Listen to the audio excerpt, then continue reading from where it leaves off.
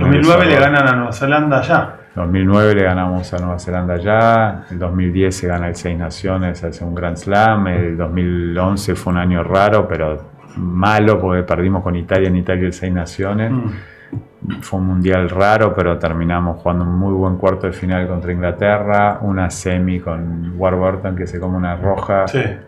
Y ganamos, y la final perdida por un punto que siempre decimos, no sé si nos merecíamos jugar la final o si Francia se merecía jugar esa final, pero se merecía ganarla. Sí, lejos, ¿no? Estamos compartiendo algunas imágenes del Seis Naciones, ya vamos a poner ahora también lo que fue la final del Mundial de Nueva Zelanda allá. Y quería preguntarte cómo fue meterte en un seleccionado, venías de muchos años en los Pumas, pero más allá de la cultura francesa, meterte en la estructura profesional de lo que es el seleccionado de Francia, meterte ahí a trabajar con el equipo y compartir tanto tiempo con ellos. No, estuvo muy bueno porque la verdad que obviamente todo lo que era el juego con el pie y demás es algo que me sentía muy cómodo, me daban un montón de espacio y a mí me permitía empezar a decidir si yo todavía, la verdad que cuando empecé con Francia no sabía si quería realmente ser entrenador profesional o hacer esa experiencia antes de volver, no sé, a Argentina o quedarme en Francia y en una vida de empresario, de laburar en otro tipo de negocios.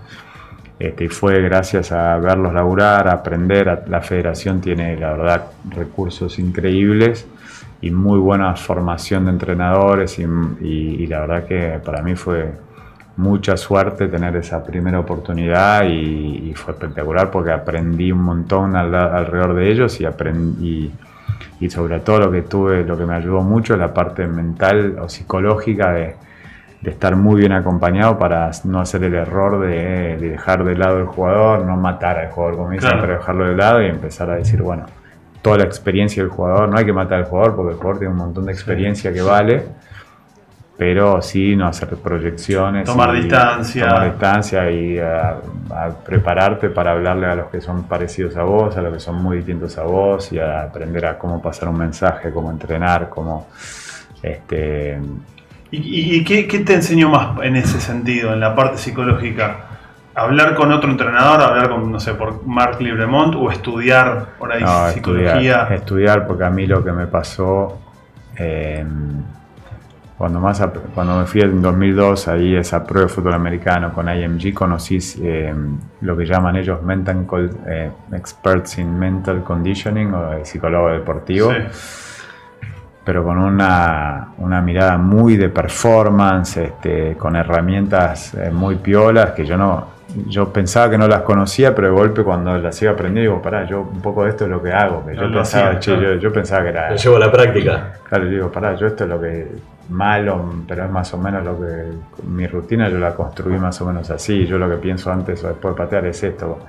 Y la verdad es que dije, wow, ahí me dio unas ganas de empezar a entender y al final era darle teoría y ciencia a cosas que me había vivido, experimentado y empezar a dominarlas un poco más, pero fue estudiando. Y después cuando decidí, gracias a esa experiencia del 2002, cuando en el 2007, 2008 me proponen eso, dije, no, si yo quiero ayudar pateadores no es... no sé, analizando la técnica solamente, sino tengo que ayudar a los flacos acá arriba a cómo preparar sus rutinas, a cómo entrenarse en la semana, a conocerse un poco más en cuanto a si son más visuales, más kinestésicos, todas las cosas que son detalles sin ser un experto en eso. Y creo que a mí eso me sirvió un montón y creo que fue lo que más me ayudó para mi carrera de entrenador, para ayudar a los pateadores, formarme en esa parte más psicológica, que me dio herramientas a mí para yo mismo conocerme un poco más como persona, como entrenador y evitar algunos errores y tratar de mejorar como entrenador, como alguien que tiene que estar ahí para hacer una ayuda, un soporte para un jugador. No solo para la patada, sino para todo. ¿Y cómo hace el paso? Que para mí poné también ahí para ir viendo un poco lo de Nueva Zelanda también.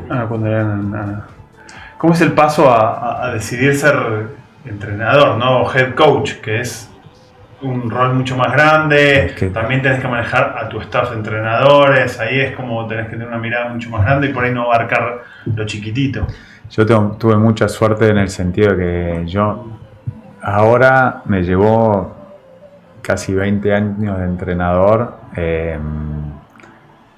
Hasta hace muy pocos años yo todavía dudaba si era lo que más quería hacer, entrenar, o si yo estaba realmente hecho para ser entrenador, porque me puse tanto, el nivel de exigencia conmigo mismo es muy alto como cuando jugaba, que es al límite de meterse una presión muy grande para que te salgan las cosas como te tienen que salir.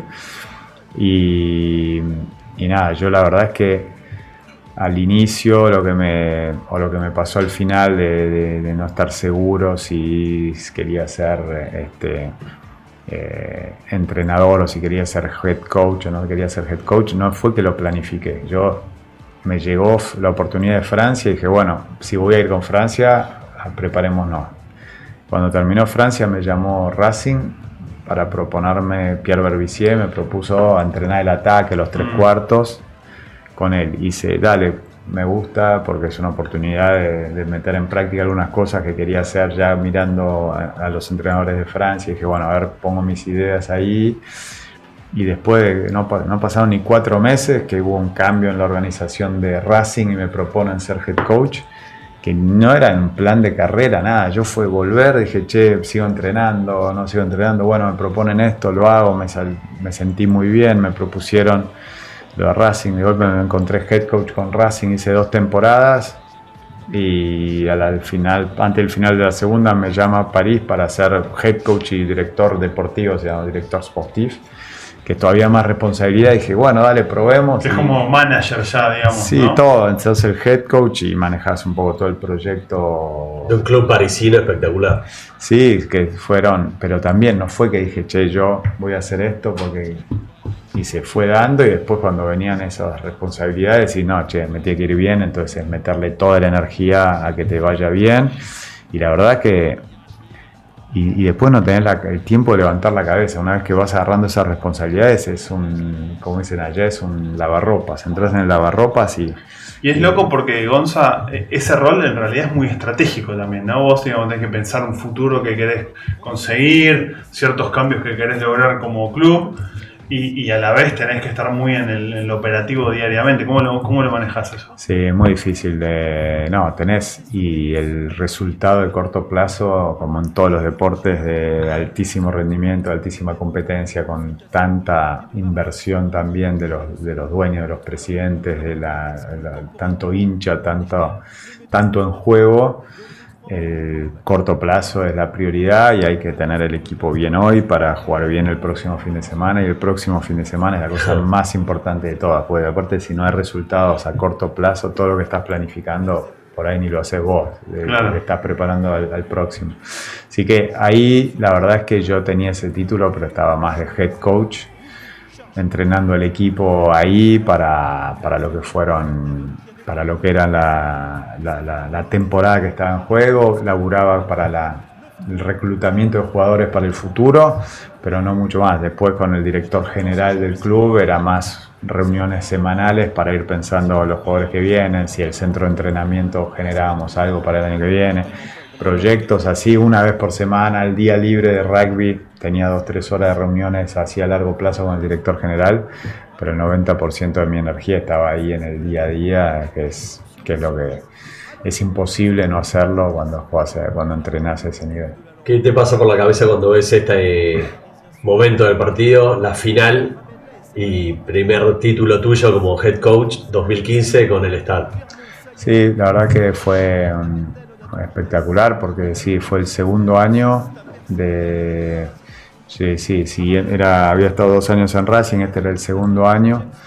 Había estado Michael Cheika algunos años antes, justo ahí, y después hubo un cambio, otros entrenadores, y me tocó venir a mí 2 años después. Y la verdad que nos logramos clasificar para las finales, entramos cuartos, que era algo que no pasaba hace rato, y la verdad nos tocó ganarle a Toulon la semifinal, que fue increíble, a Racing, que le hemos ganado los 2 derbis de local y de visitante, y nos tocó en cuarto de final y dijimos, estadísticamente es malísimo, porque es un equipo que estábamos muy parejos, le ganamos y de vuelta, obviamente ahora el que más cuenta le va a tocar a ellos, y por suerte nos tocó ganar ese Racing Toulon, y llegamos, la verdad, muertos, con casi el mismo equipo, muchos jugadores casi lesionados, y contra un Clermont que era un equipazo. Y bueno, nada, por suerte. Y quedó la historia ahí del Stade francés, ese título, sí, 10 años atrás. Sí, 10 años, y fue, creo, después de ahí creo que no hubo más, no se clasificó más entre el top 6 hasta el 2020, creo. Así que fue, y ahora estuvo difícil, hace un par de años llegaron hasta una semi, pero bueno. Lindos recuerdos del Stade, ¿no? También salieron campeones de la Challenge Cup europea. Sí, ese en el 2017, 2 años después. Sí, fue un ciclo de 4 años que estuvo bueno, y lamentablemente ese último año, yo ya a mitad de año anuncio que me voy porque el club estaba viviendo una transición. Fue cuando casi se hace una fusión con Racing, el club estaba un poco a la venta. Muy polémica esa época, ¿no? Sí, pero ya el proyecto con el que yo había ido y que nos había ido bien, era como que los dirigentes estaban pensando en el propietario también a una transición que en ese momento para mí no estaba clara, y yo no tenía mucho sentido. Entonces yo ya a mitad de temporada había anunciado que me iba, y por suerte eso nos ayudó a vivir algo fuerte hasta fin de temporada, y terminó con esta victoria, segundo título con el Stade, que fue ahí en Edimburgo contra Gloucester, que estuvo muy bueno, pues se terminó ese primer ciclo de 4 años.